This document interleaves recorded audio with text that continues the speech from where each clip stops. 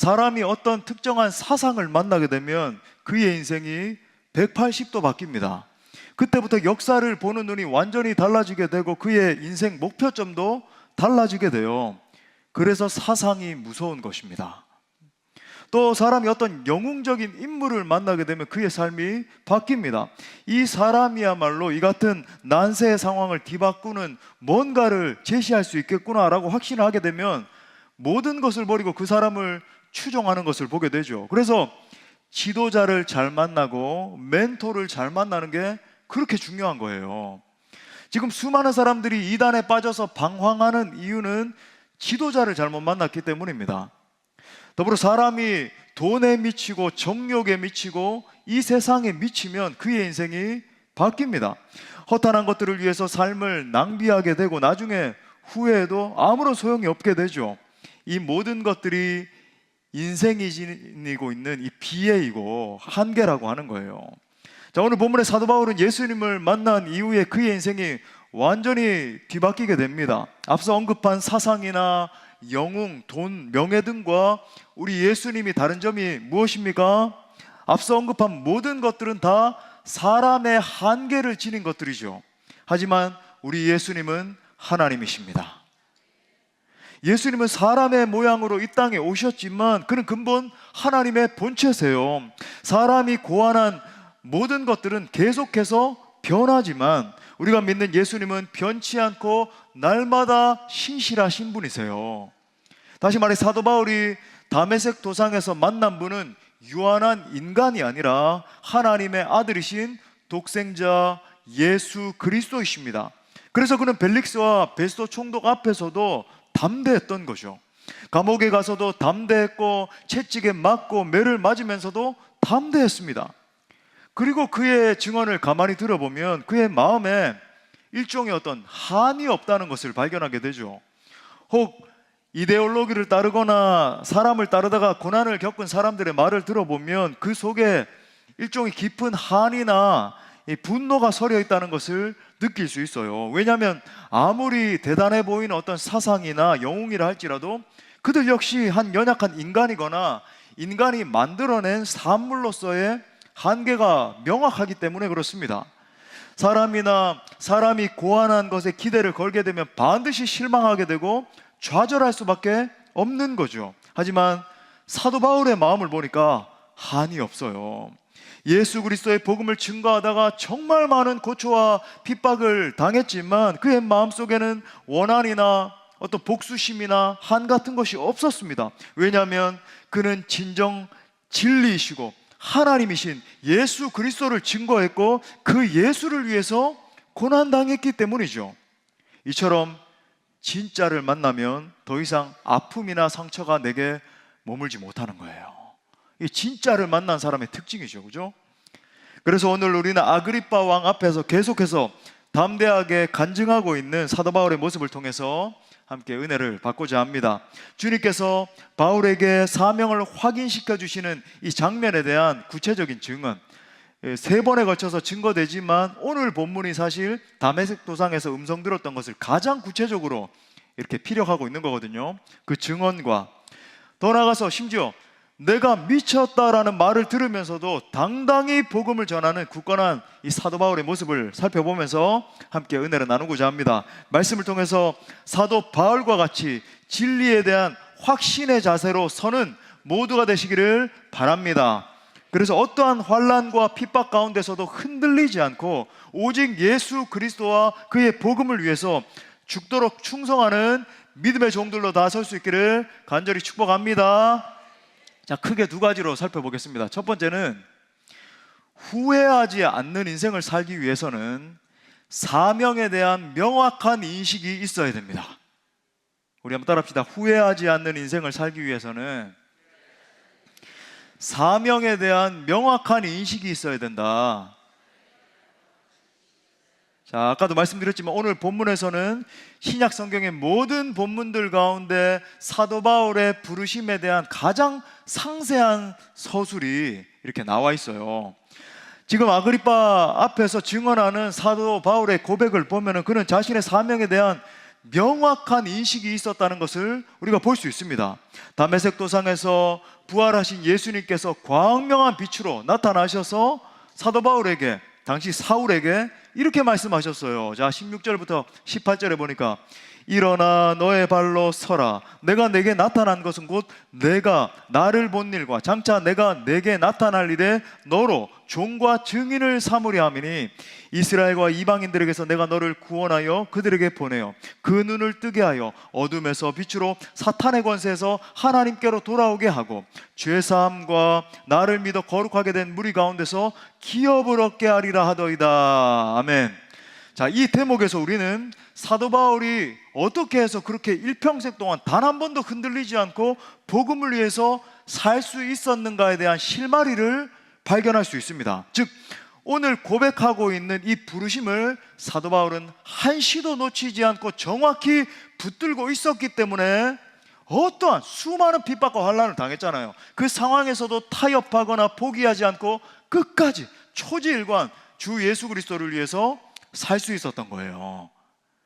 자, 본문에 보니까 예수님께서 청년 사울에게 정확하게 3가지 말씀하셨네요. 다른 본문에는 안 나옵니다. 여기만 나와요. 자, 하나씩만 잠깐 보면, 첫 번째, 일어나 너의 발로 서라, 이렇게 말한 거예요. 이 말씀은 뭐냐면 일어나라는 말과 너의 발로 서라, 이 2가지 말로 합성된 말입니다. 영어로 말하자면 stand firm, 그죠? 아주 단단하게 서라, 확고하게 서라. 다시 말하면 뒤돌아보지 말고 주저하지 말고 한 가지 목표를 향해서 일어나라는 말이에요. 오늘날 우리 신앙인들의 모습을 자성해 보면 여러 가지 이유 때문에 뒤를 돌아보거나 주저하거나 그냥 풀썩 주저앉아가지고 난 더 이상 못 가겠습니다, 그런 모습들을 보게 되더라는 겁니다. 마치 롯의 아내와 같이.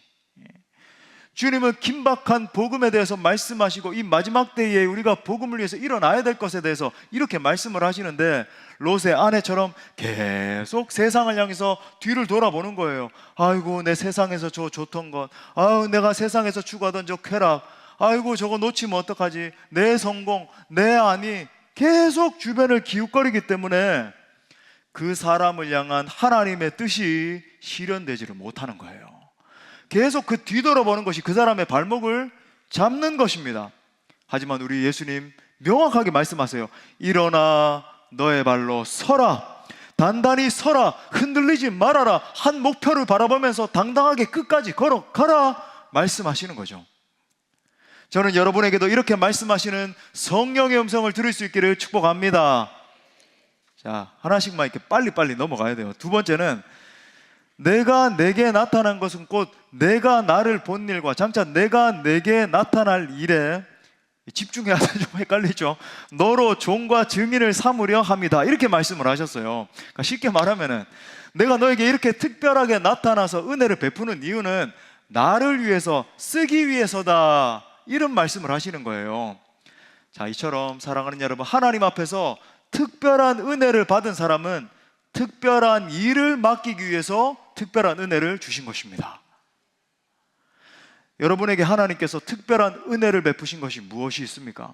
혹 남다른 재능, 특출한 어떤 지력과 지각력, 설득력 있는 언변, 넘치는 재정의 공급, 폭넓은 인간관계들, 아니면은 심지어는 이 시간의 풍성함. 어떤 분들이 시간이 이렇게 굉장히 넉넉한 분들이 있잖아요. 여유가 있는 분들. 제가 다 언급드릴 수는 없겠습니다만은 여러 가지 어떤 은혜든지 그 은혜를 주신 이유가 뭡니까? 하나님께서 특별한 은혜를 주신 이유는 하나님의 일을 위해서 사용하라고 주신 거예요.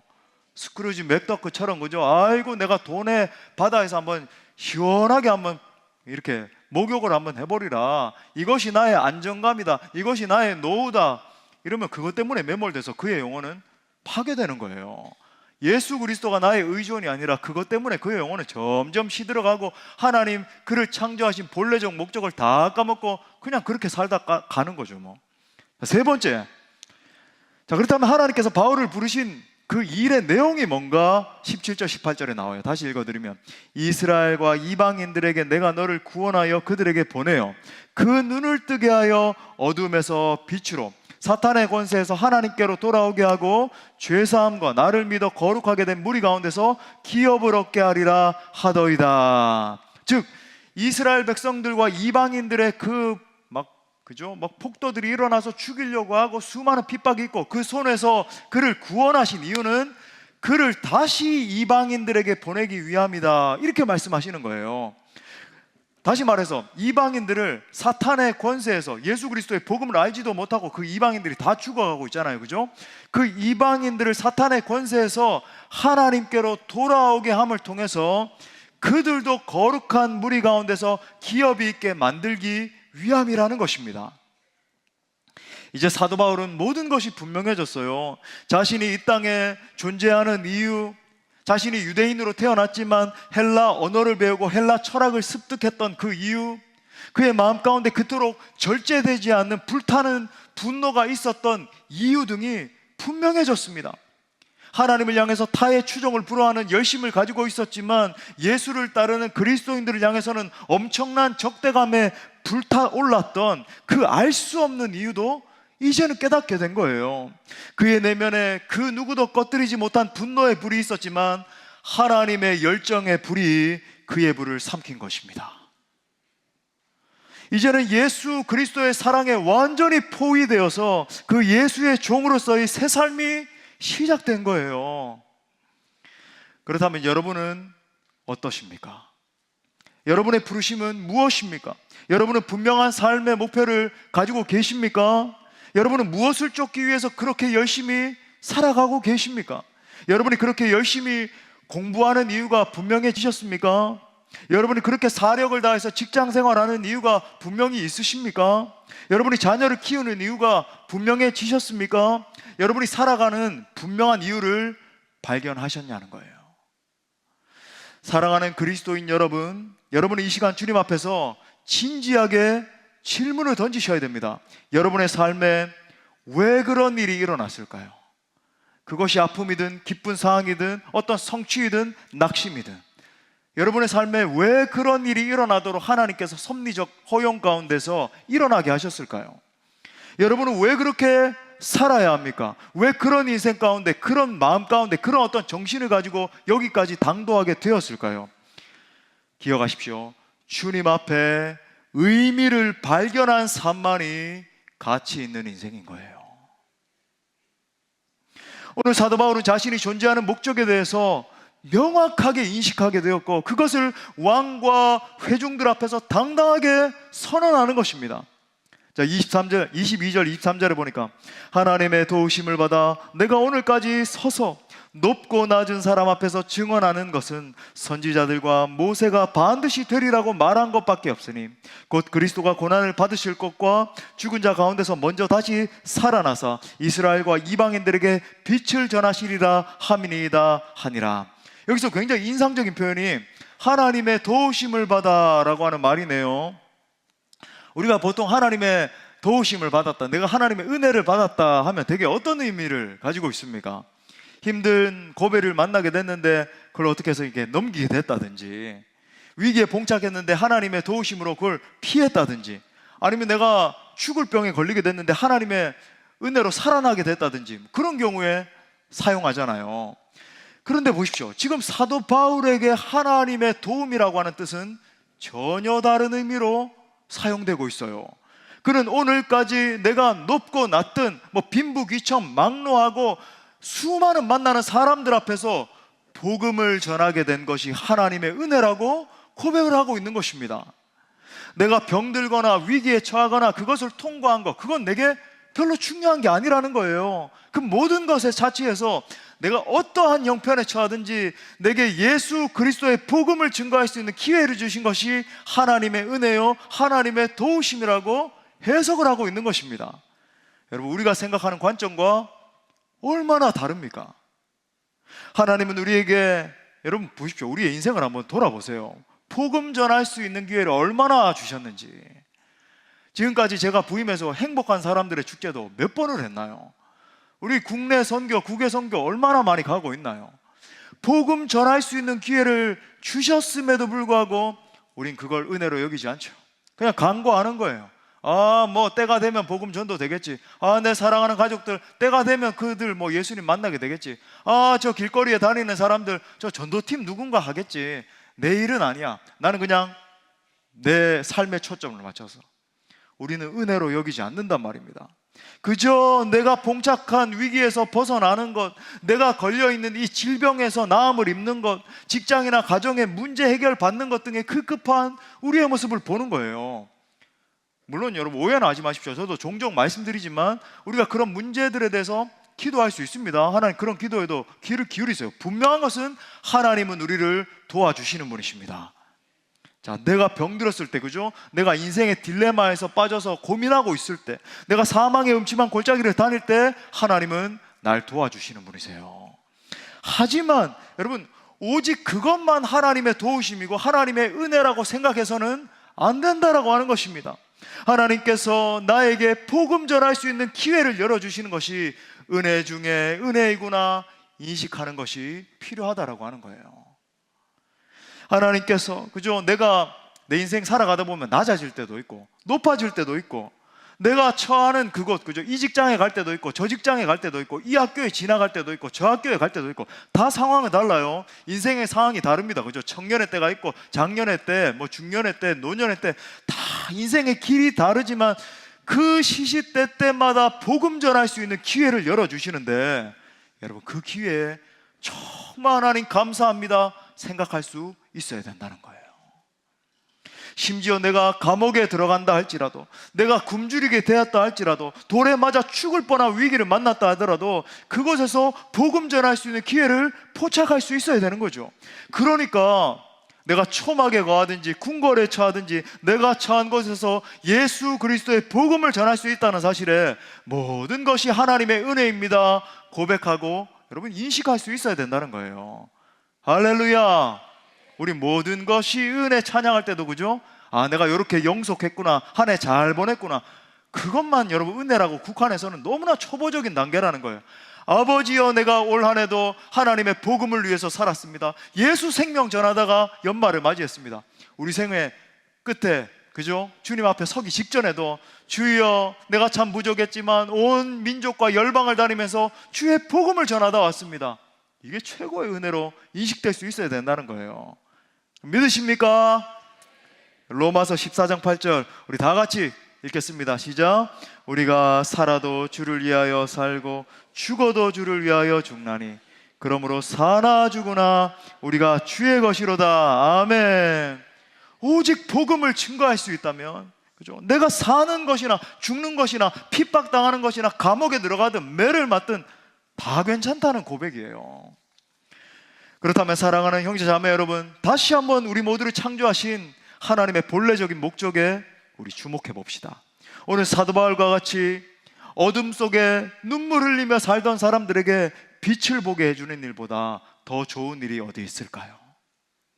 사망의 그늘에 앉아서 울고 있는 저 불쌍한 영혼들에게 생명의 빛이신 예수님을 만나게 해주는 일보다 더 중요한 일이, 더 소중한 일이 우리의 인생 가운데 뭐가 있을까요? 성경은 하나님 보실 때 가장 가치 있는 인생에 대해서 명확하게 선포하고 있습니다. 우리 다니엘서 12장 3절도 우리 가슴에 새기면서 또 선포하겠습니다. 시작. 지혜 있는 자는 궁창의 빛과 같이 빛날 것이요 많은 사람을 옳은 대로 돌아오게 한 자는 별과 같이 영원토록 빛나리라. 할렐루야. 여러분 이것이 우리를 부르신 하나님의 목적임을 깨달은 사람의 인생은 바뀔 수밖에 없는 거죠. 바로 이 비전이 나를 조성하시고 나를 여기까지 인도하신 하나님의 목적이라는 것을 알게 되면 내 모든 삶을 하나님의 영광을 위해서 드릴 수밖에 없게 되는 것입니다. 이 시간 성령께서 여러분 각자 모두에게 말씀하세요. 사랑하는 아들아 딸아 일어나 내 발로 서라. 그리고 말씀하십니다. 일어나 내가 너를 창조한 목적대로 잃어버린 영혼들을 어둠에서 빛으로 인도하거라. 사망에서 생명으로 인도하거라. 부디 성령의 음성을 들으시고 하나님의 부르신 목적대로 사는 모두가 되시기를 축복합니다. 자, 두 번째는 진정한 믿음은 상식을 초월하는 것입니다. 또 따라 할까요? 진정한 믿음은 상식을 초월하는 것이다. 자, 사도 바울의 이 말을 들은 베스도 총독이 우리가 잘 아는 그 유명한 말을 하네요. 자, 24절에 보니까 바울이 이같이 변명하며 베스도가 크게 소리를 내었대요. 막 소리를 지르면서 바울아 내가 미쳤도다, 내 맞은 한문이 너를 미치게 한다, 이렇게 한 거예요. 보십시오, 베스도 총독이 너무 놀라서 소리를 지른 것입니다. 여러분, 이 장면 한번 상상해 보세요. 베스도의 이 모습이 뭘 말해줄까요? 지금 베스도의 심령이 흔들리고 있다는 것을 보여주는 거예요.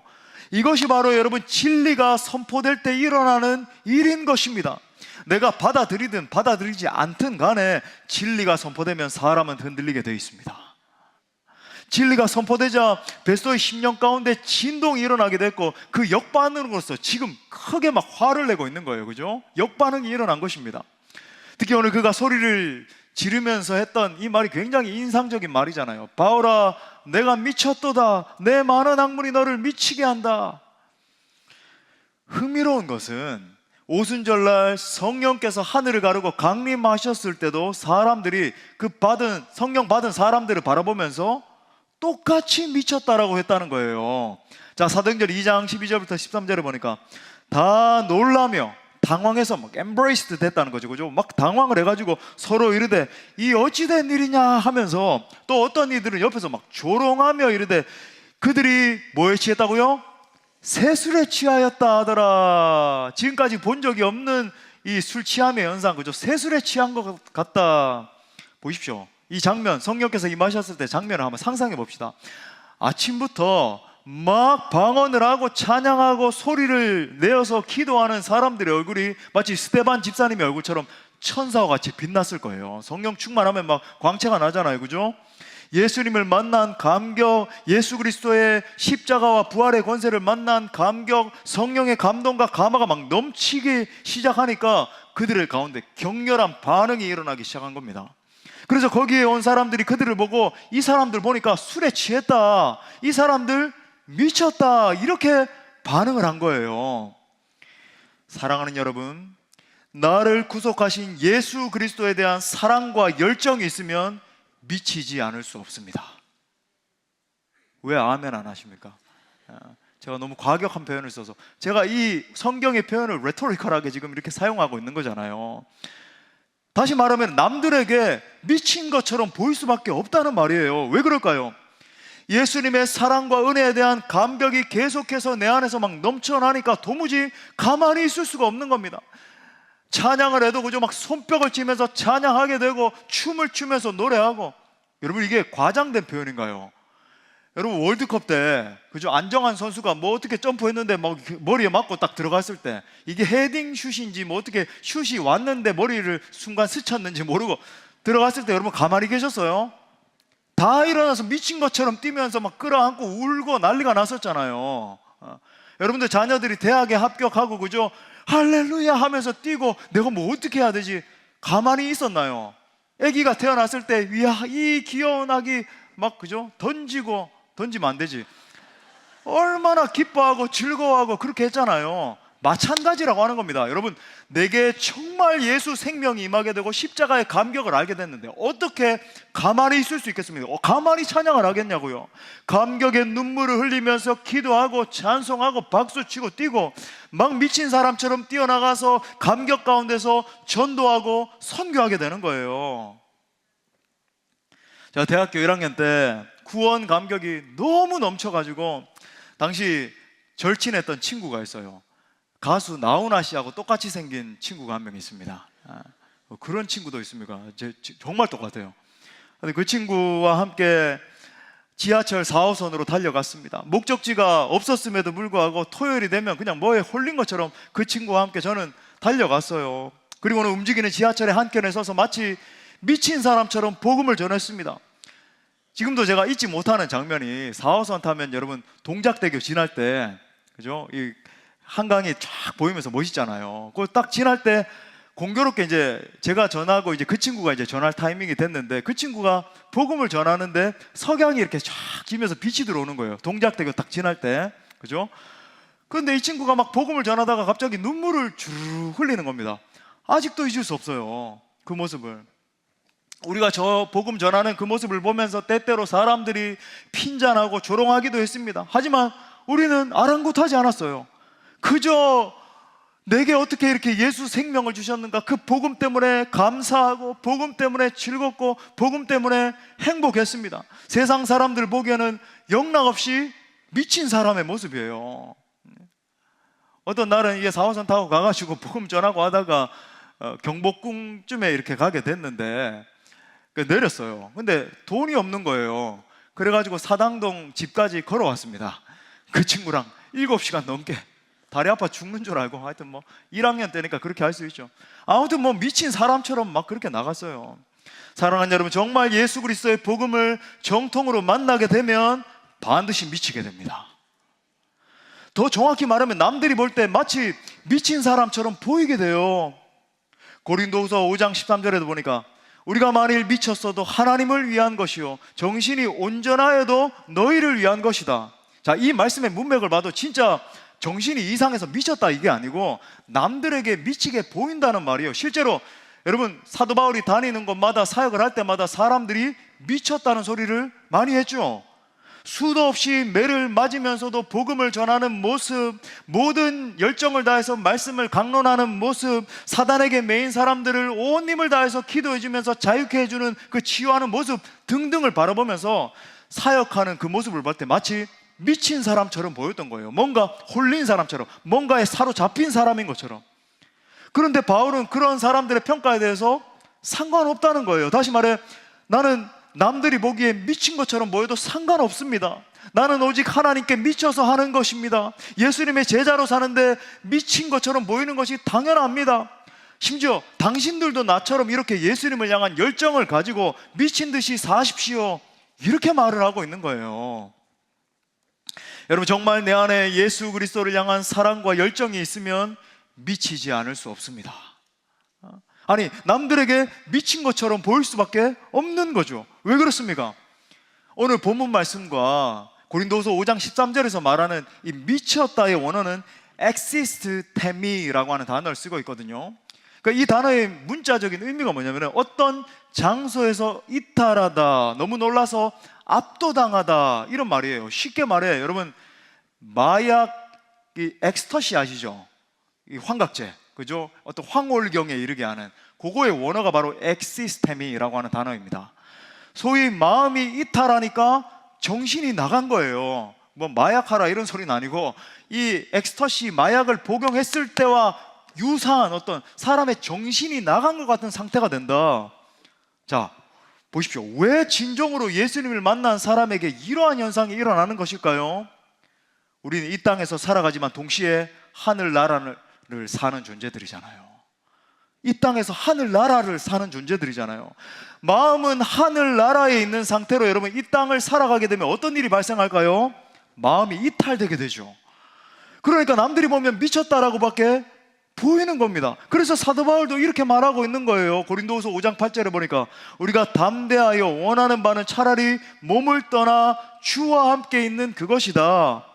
내 안에 정말 소원이 있는데 내가 이렇게 열심히 사역도 하고 이 땅에서 살고 있지만은 소원이 한 가지 있어요. 뭐냐면은 빨리 육신의 몸을 벗고 죽어서 영원토록 주님과 함께 하고 싶은 소원이 있다는 거예요. 여러분, 이처럼 오직 영원한 나라에 온통 정신이 뺏겨 있고 그 영원한 나라만 바라보고 있으니까 이 땅의 것들이 시시하게 보이는 거죠. 자신의 안위는 온데간데 없고 오직 하나님 나라 확장만을 위해서 달려갈 수 있었던 것입니다. 사랑하는 여러분, 우리가 왜 예수 그리스도께 미쳐야 할까요? 어떤 의미에서 오늘날의 사회가 점점 미쳐가고 있기 때문에 그렇습니다. 사람들의 모습을 가만히 관찰해 보면 다 미쳐서 산다는 것을 보게 돼요.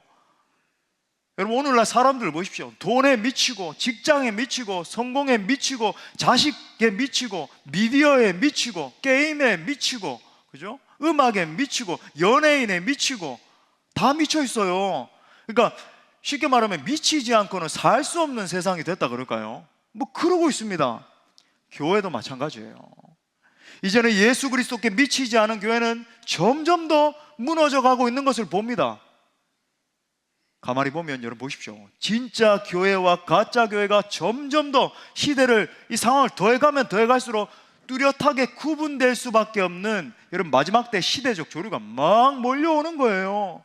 동성애, 동성결혼 법제화, 성적 지향, 성정체성 해방 등 이런 어떤 무브먼트, 운동을 통해서 하나님이 창조하신 창조 질서를 대놓고 짓밟는 시대가 돼버린 겁니다. 교육의 영역을 보면 성경적인 가치와 정면으로 배치되는 진화론과 인본주의 사상이 아이들의 사고의 기본 틀을 형성하도록 그렇게 돼 있어요. 저는 아이들 이렇게 교과서 보면서 기가 막힌 거예요. 그러니까 하나님 창조론 뭐 이런 것들은 이런 게 설이 있습니다 이렇게 해놓고는 인본주의적 사상으로 도배되어 있습니다. 얼마나 편향되어 있고 얼마나 그렇게 되어 있는지. 각종 미디어나 SNS 등에서는 온갖 음란하고 추악하고 거짓된 정보들이 범람하고 있습니다. 가정의 가치관에 대해서도 이 피력을 하면서, 그죠? 성경적인 가치관을, 이 부모의 권위를 가정 가운데서 붕괴시키는 시스템, 그리고 기독교적인, 그죠? 올바른 가정의 구조를 근본적으로 파괴하는 사상이 판을 치고 있어요. 그러니까 기독교적인 어떤 가정 구조를 이야기하면, 아이 당신은 고리타분한 사람, 아이고 옛날 사람, 이런 식으로 생각을 합니다.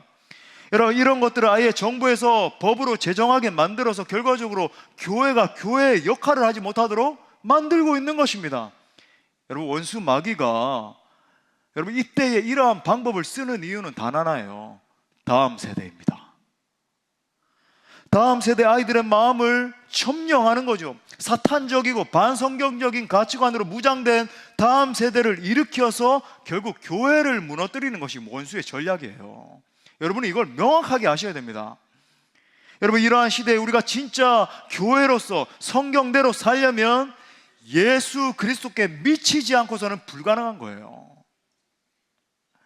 예수 그리스도의 복음이 정말 나에게 실제가 되면 예수님께 미치지 않을 수 없는 겁니다. 여러분, 복음이 뭐예요?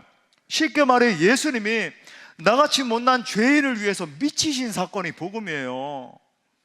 우리는 보통 어떤 사람을 향해서 사랑한다라고 고백합니까?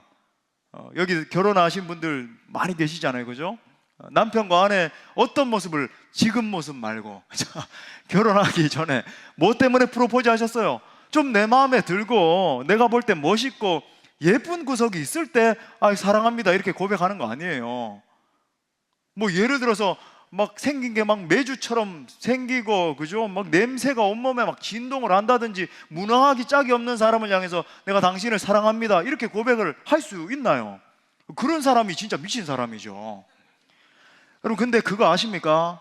예수님이 우리를 사랑하실 때 그렇게 미치신 거예요. 우리의 모습은 제가 앞에서 언급한 존재보다도 훨씬 더 추악한 존재입니다. 죄로 인해서 철저히 부패해서 죽은 지 오래돼서 구더기가 버글버글 들끓는 실체와 같은 끔찍한 모습이 저와 여러분의 모습이라고요. 그런 나를 사랑하셔서 나를 위해서 십자가에서 죽으신 것입니다. 그것도 온 천지를 창조하신 그 거룩하신 하나님 아버지께서 나처럼 혐오스러운 존재, 추악한 존재, 그죠? 100번 죽어도 골백번 죽어도 부족할 이 존재를 위해서 물과 피를 쏟아주신 거예요.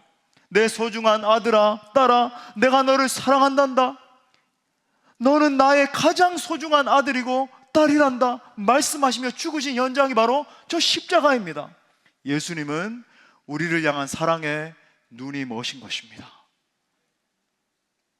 우리가 이 사랑을 깨달아 알았다면 어떻게 이 복음에 미치지 않을 수 있겠습니까? 어떻게 예수님을 위해서 내 자신을 드리지 않을 수 있겠습니까? 십자가를 만난 사람은 반드시 미치게 되어 있습니다. 적당한 신앙인 될 수 없어요. 진짜 십자가를 통과한 사람이라고 한다면 미치게 되어 있는 거예요. 그래서 사도 바울이 저는 정신이 미친 것이 아닙니다 하면서 이렇게 말하고 있어요. 29절을 보니까 바울이 이르되 말이 적으나 많으나 당신뿐만 아니라 오늘 내 말을 듣는 모든 사람도 다 이렇게 내가 지금 결박되어 있는 것 외에는 나와 같이 되기를 하나님께 원하나이다. 나와 같이 되기를 하나님께 원하나이다 이렇게 말하고 있어요. 당신들도 나처럼 예수 그리스도를 정말 정통으로 만나서 그 예수께 미치기를 원합니다 이런 말인 거죠. 이와 같이 성경에 나오는 예수 그리스도를 만난 모든 사람, 하나님을 경험한 모든 사람들은 다 미친 사람들입니다. 그게 여러분 예수님을 따라가는 길의 핵심이에요. 제자도의 핵심이라고요. 예수님의 제자들을 보면 나중에 성령 받고 복음 전하다가 다 순교했습니다. 수많은 초대교회 성도들은 예수님을 따르는 신앙을 고수하다가 자신의 산업을 빼앗기기도 하고 지하 동굴 속에서 평생 햇볕도 보지 못하고 살다가 다 죽었어요. 기독교 역사를 보면 수많은 선교사들도 그들의 뒤를 따랐다는 것을 보게 됩니다. 선교의 역사는 한마디로 순교의 역사라고 해도 과언이 아니죠. 열악한 선교지에서 자식들도 죽고 여인들도 죽고 자신들도 결국 순교했습니다. 우리가 잘 아는 허드슨 테일러 선교사님도 중국 내지 선교를 할 때 아들이 5살 때 죽고 태어난 지 20일 만에 죽은 아이도 있어요. 중국 선교지에서 총 4명의 아이들이 죽었습니다. 자신의 아내도 32살의 꽃 같은 나이에 죽었습니다. 대부분의 사람들은 포기하겠죠. 절망하겠죠. 슬퍼하면서 영국으로 돌아갔겠죠. 하지만 그는 그렇게 하지 않았어요.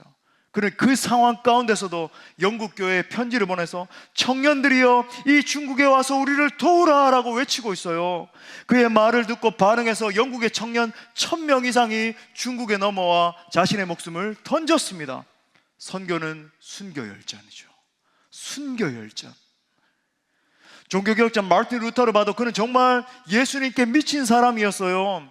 그 당시 로마 교황청은 사탄의 앞잡이였습니다. 수많은 개혁자들을 색출해서 잡아 죽였잖아요. 루터가 비텐베르크 성당 문에 95개조 반박문을 붙였을 때 그는 목숨을 건 것이었습니다. 그는 미쳤던 거예요. 죽기를 각오했기 때문에 로마 교회 전체와 싸울 수 있었던 것입니다. 우리가 지금 이 자유 가운데 예배할 수 있는 것은 개혁자들의 목숨값 때문이죠. 그러므로 사랑하는 성도 여러분, 사랑하는 형제 자매 여러분, 부디 예수 그리스도를 정통으로 만나서 모두 다 예수님께 미칠 수 있기를 축복합니다. 저는 우리 교회가 예수 그리스도와 그의 복음에 미친 교회가 될 수 있기를 소원합니다. 말씀의 결론을 맺겠습니다. 우리 마지막으로 가슴에 새기면서 우리 고린도후서 5장 15절 다 같이 읽어볼까요? 이 뜨거운 고백 시작. 그가 모든 사람을 대신하여 죽으심은 다시는 그들 자신을 위하여 살지 않고 오직 그들을 대신하여 죽었다가 다시 살아나신 이를 위하여 살게 하려 함이라. 여러분, 바로 이러한 삶이 진짜 예수 그리스도를 만난 자의 삶인 거예요.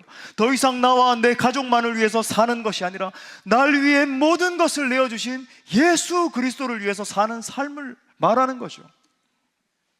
말씀 마무리하기 전에 적용점을 2가지 드리겠습니다. 첫 번째는 그리스도께 미친 삶을 살기 위해서는 기도의 무릎을 더 강화해야 됩니다. 우리 한번 따라합시다. 기도의 무릎을 더 강하게 해야 한다. 왜 그럴까요? 이 세상의 악한 조류가 너무 강하기 때문에 그렇습니다. 제가 더 언급드리지 않더라도 여러분 다 아시잖아요. 조금만 방심하면 능력 있는 삶을 살고 복음을 위해서 살고 주 예수 그리스도를 위해서 영광 올려드리는 삶이 아니라 이 세상에 마치 공중권세 잡은 자에 완전 꽉 꿰어가지고 질질질질 끌려가는 삶 살기에 너무 좋은 시대예요. 얼마나 악한지, 그죠? 여러분, 이 마지막 때에 사도의 권면처럼 정말 정신을 차리고 근신해서 깨어 기도해야 될 줄 믿습니다. 경건 훈련 척자 다 드렸잖아요. 손에 다 들려드렸어요. 혹시나 최근에 오신 분들 못 받으신 분들은 사무실에서 수령하시고, 여러분 다시 드십시오. 혹시나 흐려지신 분들 있으면 말씀을 묵상하시고, 그죠? 말씀을 읽으시고 하루에 1시간 기도하시고, 이 마지막 때에 하나님이여 내가 예수 그리스도의 사랑에 미치길 원합니다. 자녀들도 신앙으로 고백하시고 같이 말씀도 암송하시고 기도하세요. 자, 2번째, 믿음의 선배들과 같이 오직 복음을 위해서 우리의 생명을 걸어야 합니다. 또 선포합시다. 오직 복음을 위해서 우리의 생명을 걸어야 한다. 저는 정말 간절히 기도해요. 우리 교회는 오직 우리 주 예수 그리스도의 복음을 이 민족과 온 열방에 전함으로 말미암아 주님 다시 오실 길을 예비하는 교회가 되어야 될 줄 믿습니다. 이제 행복한 사람들의 축제가 다가오고 있어요. 뭐 전도 축제 할 때가 되었구나, 뭐 연례 행사구나. 여러분 절대 그렇게 생각하지 마십시오. 잃어버린 그 소중한 한 영혼을 건져내는, 우리가 예수 그리스도께 미쳐서, 그죠? 내게 생명 주신 주님을 위해서 영혼들을 건져낼 수 있는 기회란 말이죠. 아마 우리 교구장님과 우리 교역자들이 여러분에게 전화해서 함께 동참합시다, 우리 같이 좀 합시다, 진구인식 우리 좀 같이 합시다, 그렇게 할 거예요. 여러분 동참하세요. 가만히 계시지 마시고, 그죠? 이 진구인식은 한마디로 쉽게 말해서 정말 화이팅 합시다, 이런 예식이거든요. 우리 정말 전도에 힘씁시다. 여러분 이 진구인식부터 함께 합시다. 마음을 모읍시다. 한 분도 빠짐없이 동참해서 영혼들을 건져냅시다. 아무쪼록 이 마지막 시대에 사도 바울과 같이 반드시 예수 그리스도께 사로잡혀서 온 세상을 복음으로 뒤덮는 진정한 강력한 복음의 용사들 다 되시기를 간절히 축원합니다.